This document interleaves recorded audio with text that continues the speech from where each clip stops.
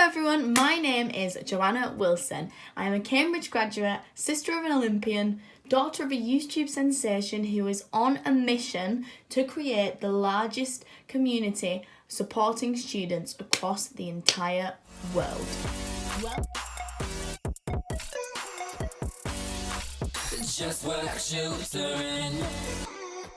Welcome to day 2 of 20 Days to Plan, a series where we drop a video every single day for 20 days across the results period to help you with your studies. It is the 14th of August, which means results day is tomorrow.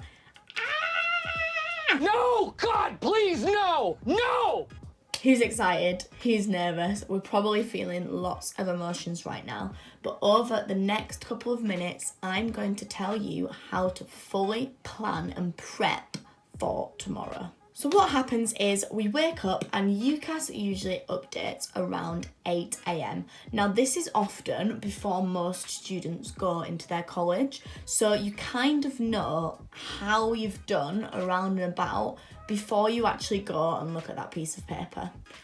There are 3 things that could happen when you refresh your track on UCAS. The first thing that it could say is unconditional. Now what this means is that you've got the grades to achieve your offer and the university have accepted you on the course you would like to go to. Brilliant, yes, happy days, let's go party. If you don't quite receive those grades, there are 2 other things that UCAS track might say when you refresh it. The first thing it could say is unconditional. This means that you have not been successful in achieving the offer at that university and you must go into clearing in order to find a place at the same or at another university. Another thing that might come up on UCAS track is called UCC, which means unconditional changed course. This means that the university you've applied for has accepted you, but for a slightly different course to the one that you applied for. So those are the 3 things that you might see when you refresh your UCAS on your phone or on your laptop first thing in the morning of results day. What will then happen is we'll go into our school and we'll get our piece of paper and we'll see what damage has been done. Okay, now there are a couple of things that I would advise that you take to school with you.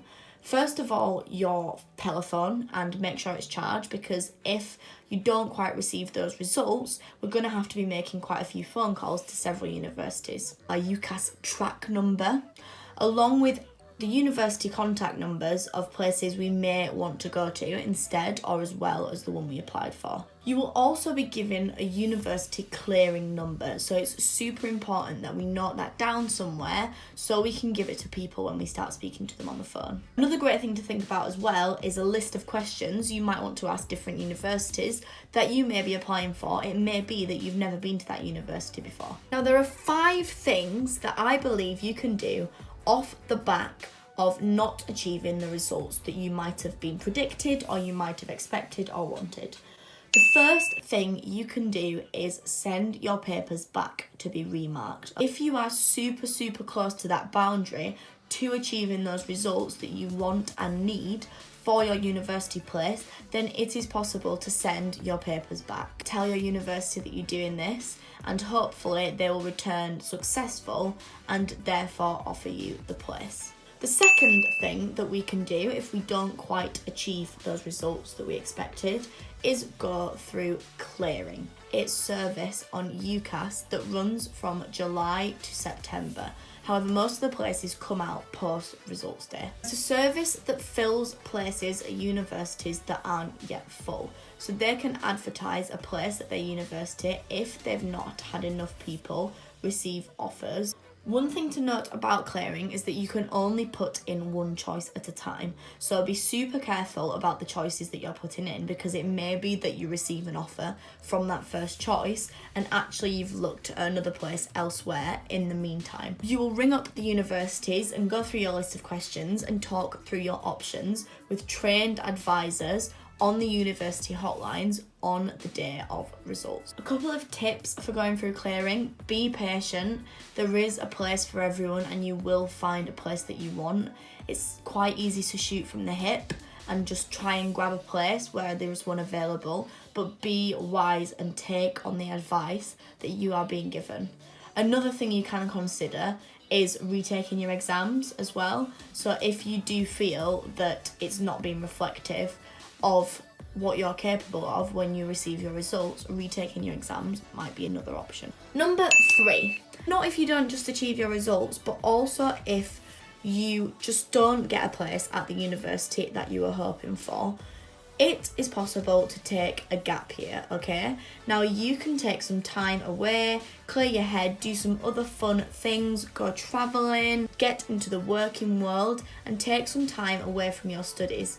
You can then reapply for university if that's what you really want to do the following year, knowing what grades you've got and knowing where will accept you before you already apply. Before jumping straight into a gap year, I would think massively about what you're going to do in it, what your values are and what your time is best spent doing, and also if that's going to be time spent wisely for yourself. I'm actually going to be doing a further video on taking a gap year, so go check that out in a couple of days. Fantastic. Number 4 then is considering an apprenticeship, where you go into a workplace and learn your trade in that workplace. Maybe going to college or a different site to learn 2 to 3 days a week. You will be paid for this, but it will be minimum apprenticeship wage. Apprenticeships can last anything between 6 months to 6 years, so it does massively depend what you want to do, and you can come out of an apprenticeship